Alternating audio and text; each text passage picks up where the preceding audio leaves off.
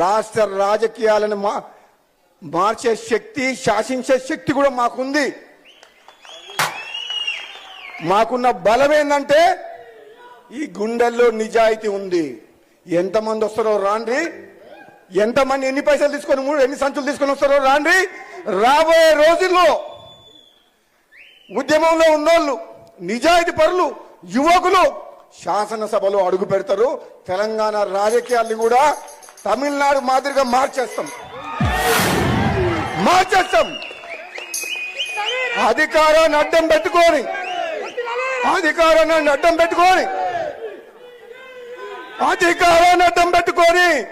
అభివృద్ధి పేరు మీద లక్షల కోట్లు దోసుకుంటున్న వాళ్ళు ఎమ్మడి పడతాం. దోపిడికి వ్యతిరేకంగా పోరాటం చేస్తాం. మేము నిజాయితీ పరులం అని చెప్పేసి మా సహనాన్ని, మా ఓపికని చేతగానితనంగా భావించొద్దు. అవసరం వచ్చినప్పుడు విద్యార్థుల కోసం, నిరుద్యోగుల కోసం, యువకుల కోసం, రైతుల కోసం, పేదల కోసం, మా అక్క చెల్లెల కోసం అవినీతికి వ్యతిరేకంగా పోరాటం చేసి యుద్ధం చేస్తాం. భయపడేది లేదు. మేము చూస్తున్నాం దగ్గరికి వెళ్ళి రాజకీయాలు. నేను పార్లమెంట్ సభ్యునిగా, ఎమ్మెల్యేగా 20 ఏళ్ళ నుంచి రాజకీయాలు చూస్తున్నా. నాకు అర్థమైంది ఏంటంటే నేనొక్కరిని నిజాయితీగానే ఉంటే సరిపోదు.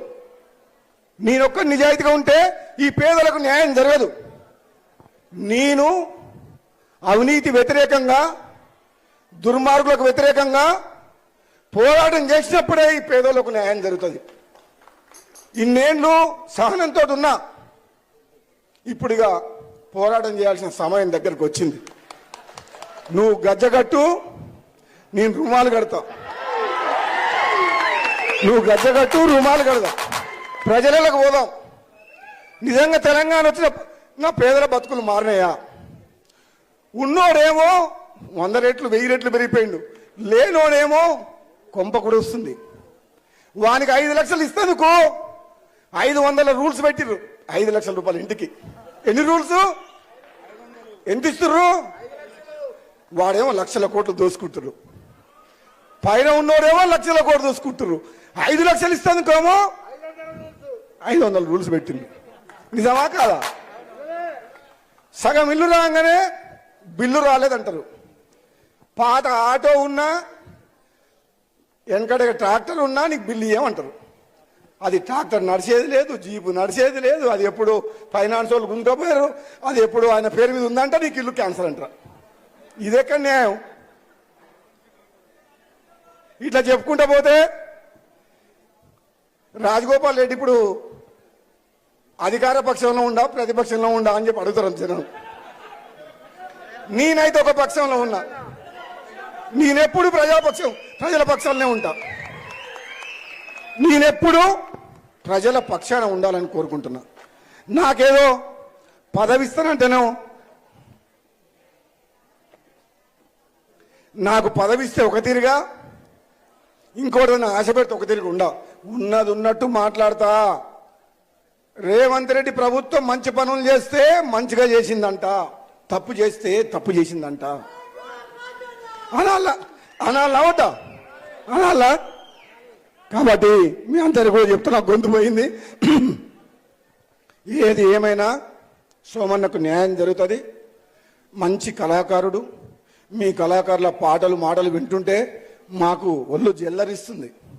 మీకోసం, పేదల కోసం బ్రతకాలే. ఇక రాబోయే రోజుల్లో నిస్వార్థంగా, నిజాయితీగా సోమన్న లాంటి వ్యక్తులు ఎంతోమంది యువకులు రాజకీయాలకు రావాలనుకుంటున్నారు.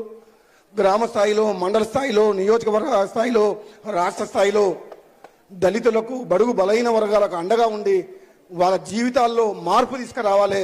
ఈ రాజకీయాల్ని మార్పు దిశగా ప్రయాణం చేయాలని చెప్పి మీకోసం ఎప్పుడు మీ వెంట ఉంటాను. మీ అందరికి మాటిస్తున్నా, రాజన్న మీ వెంట ఉంటాడు. ప్రాణం ఉన్నంత వరకు తెలంగాణలో ఉన్న కళాకారులను కంటికి రెప్పగలా కాపాడుకుంటాడని చెప్పి నేను సోమన్న చెప్తాను.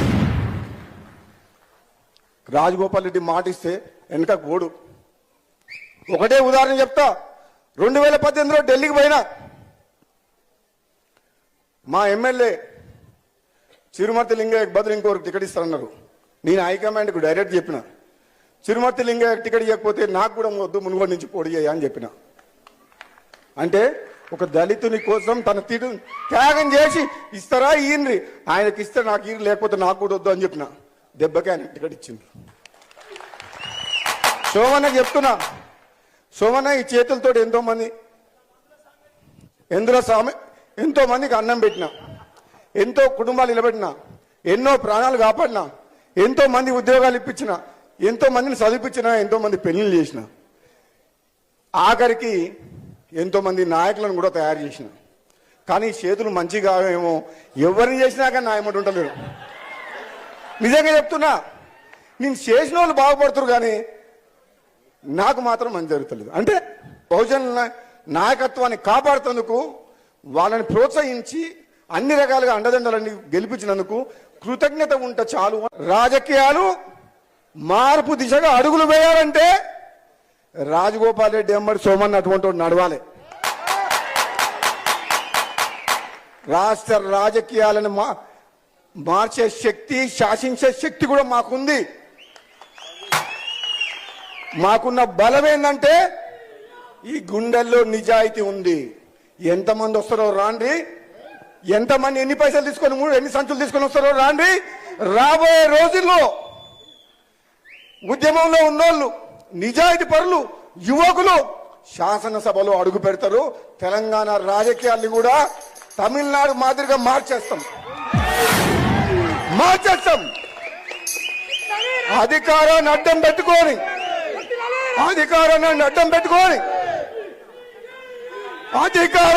పెట్టుకొని అభివృద్ధి పేరు మీద లక్షల కోట్లు దోసుకుంటున్న వాళ్ళు ఎమ్మడి పడతాం. దోపిడికి వ్యతిరేకంగా పోరాటం చేస్తాం.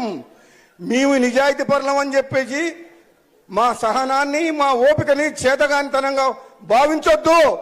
అవసరం వచ్చినప్పుడు విద్యార్థుల కోసం, నిరుద్యోగుల కోసం, యువకుల కోసం, రైతుల కోసం, పేదల కోసం, మా అక్క చెల్లెల కోసం అవినీతికి వ్యతిరేకంగా పోరాటం చేసి యుద్ధం చేస్తాం. భయపడేది లేదు. మేము చూస్తున్నాం దగ్గరికి వెళ్ళి రాజకీయాలు. నేను పార్లమెంట్ సభ్యునిగా, ఎమ్మెల్యేగా 20 ఏళ్ళ నుంచి రాజకీయాలు చూస్తున్నా. నాకు అర్థమైంది ఏంటంటే, నేనొక్కరిని నిజాయితీగానే ఉంటే సరిపోదు. నేనొక్కరిని నిజాయితీగా ఉంటే ఈ పేదలకు న్యాయం జరగదు.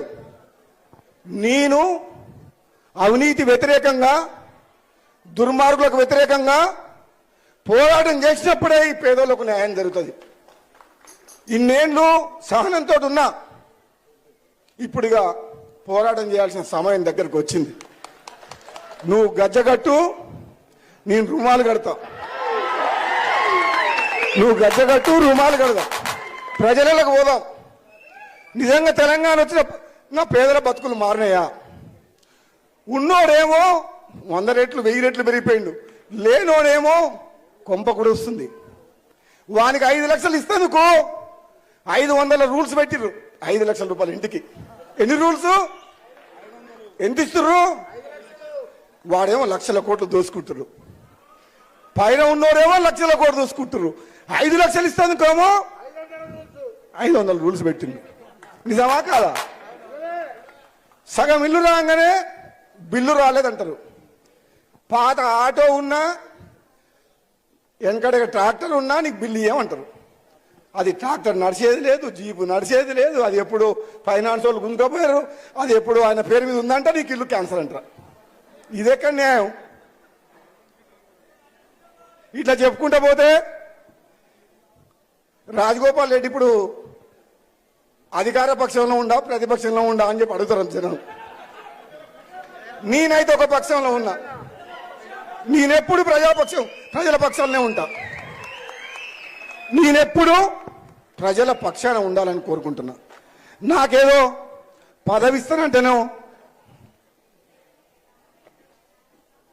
నాకు పదవిస్తే ఒక తీరుగా, ఇంకోటి ఆశ పెడితే ఒక తీరుగా ఉన్నది ఉన్నట్టు మాట్లాడతా. రేవంత్ రెడ్డి ప్రభుత్వం మంచి పనులు చేస్తే మంచిగా చేసిందంట, తప్పు చేస్తే తప్పు చేసిందంట అనాలా? అనాలా?